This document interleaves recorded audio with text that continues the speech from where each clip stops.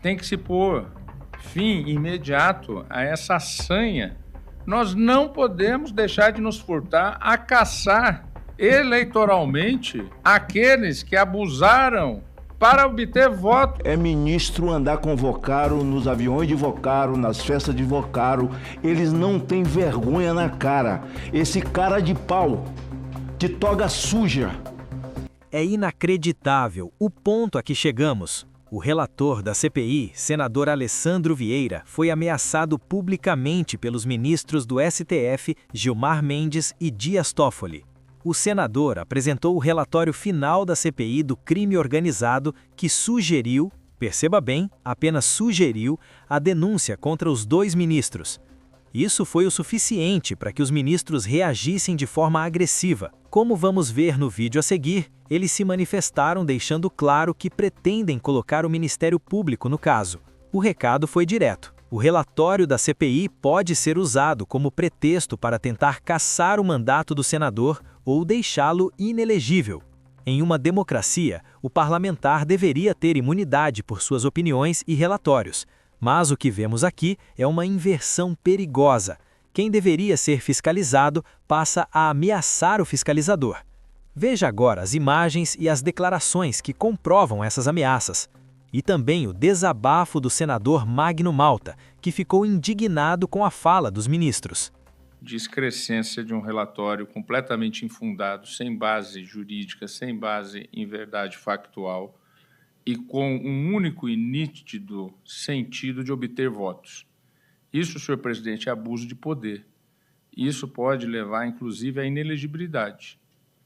Isso pode levar, não só em sanções, em outras áreas, como Vossa Excelência já mencionou na fala de Vossa Excelência, quando disse respeito à necessidade de uma atuação do Ministério Público, mas também da Justiça Eleitoral. E a Justiça Eleitoral não faltará em punir aqueles que abusam do seu poder para obter voto num proselitismo eleitoral. Porque tem que se pôr fim imediato a essa sanha de que atacar determinadas instituições dá voto.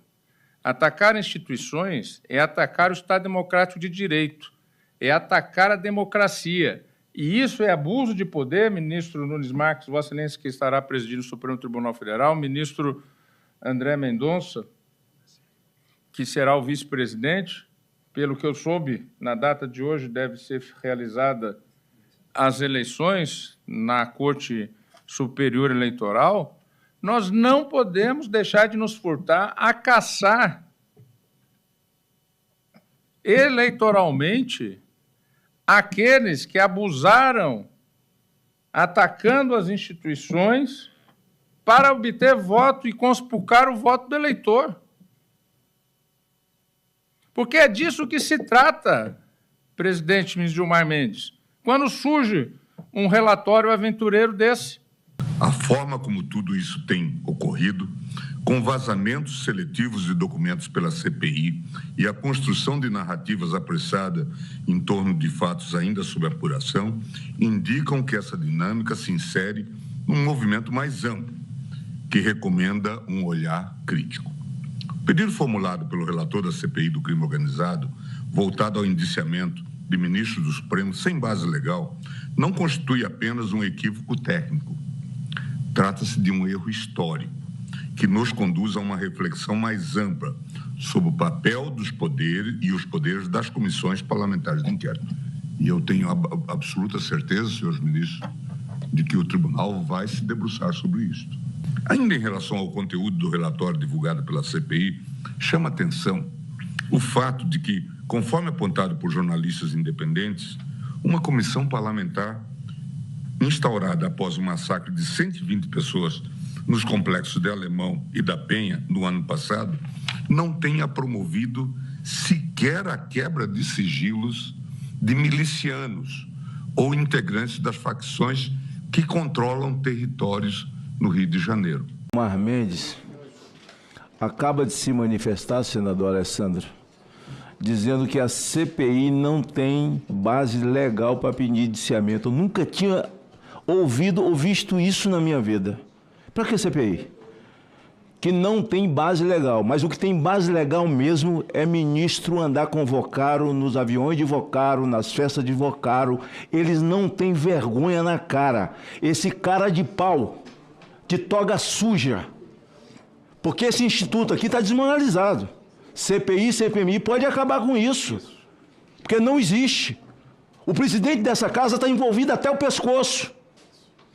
Nessa CPMI, em que o senador Alessandro tentou se manter como relator, fazendo convocações e perguntas duras, eu esperei que uma CPI que investiga o crime organizado, e eu pedi isso, não com base em achismos, mas como vossas excelências são estudiosos, gostaria de propor que vossas excelências lessem o relatório final da CPI do narcotráfico.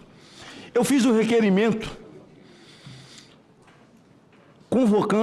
pedindo a convocação de Massinho VP, comandante do Comando Vermelho, Marcola, comandante do PCC, e Fernando da Costa Beiramar. Assim, nós iniciaremos realmente o entendimento de crime organizado no Brasil, porque esse crime não é só uma biqueira, não é tomar o ponto de droga do outro, não é tomar a comunidade do outro. Não, eles estão na entranha dos estados, do estado como um todo. É só ver como os tentáculos deles estão dentro dos poderes. E como são soltos rapidamente os seus aliados, como o crime organizado no Brasil faz parte hoje dessa cooperativa que governa o Brasil. É tanto que essa resistência da presidência da República em não reconhecer PCC e Comando Vermelho como organizações terroristas.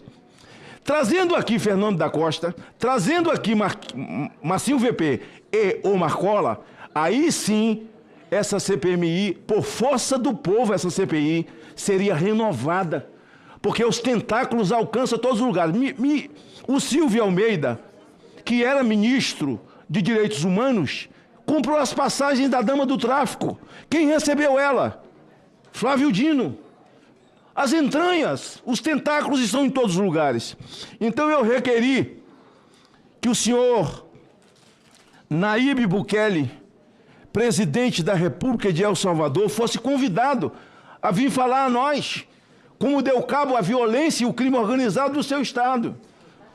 Ninguém deu bola. Para você que está assistindo em casa, a palavra é essa: ninguém deu bola. Eu entrei com requerimento de diligência para que nós fôssemos uma comissão em El Salvador, ouvir especialistas, quem realmente enfrentou organizações criminosas e os colocou no lugar e colocou a sociedade livre. Mas a sociedade do Brasil não.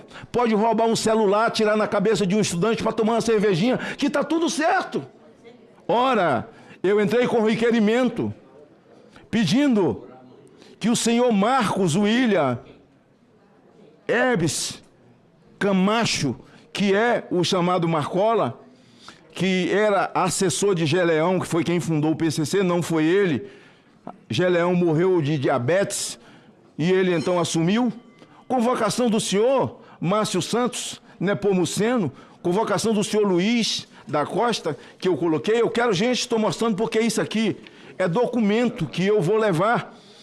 A convocação do senhor Ronaldo Grinaldi, ex-subsecretário de Inteligência da Secretaria de Segurança Pública do Estado do Espírito Santo. Vossa Excelência, nós somos do mesmo estado e sabemos esse escândalo ocorrido nas vísceras da Polícia Civil, a Polícia Militar, e foi desvendado pela Polícia Federal. Que nós dois deveríamos ter todo o interesse do mundo de que ele fosse ouvido aqui. Segundo, terceiro, quarto lugar, a cariação entre o senhor Nelson Tanuri.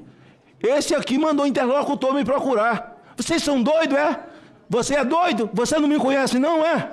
Para mandar interlocutor vir falar comigo, porra? Ele foi citado. Seu Nelson Tanuri, empresário, investidor. Senador, para concluir, porque alguém o acusou. Para concluir, por favor. Me dê 2 minutos, senhor presidente, que eu concluo. 1 minuto para concluir, por favor. 2. Por favor, 1 minuto. 1 minuto consigo não, já foi 1. Valdemir vou passar a palavra para o senador. Não desliga o microfone, não, por favor. Fundador da ESP Capital, Daniel Vorcaro, presidente do Banco Master. Convocação do senhor José Renato Casagrande, governador do Espírito Santo. Ninguém deu bola. Já vou encerrar porque tenho 3 aqui.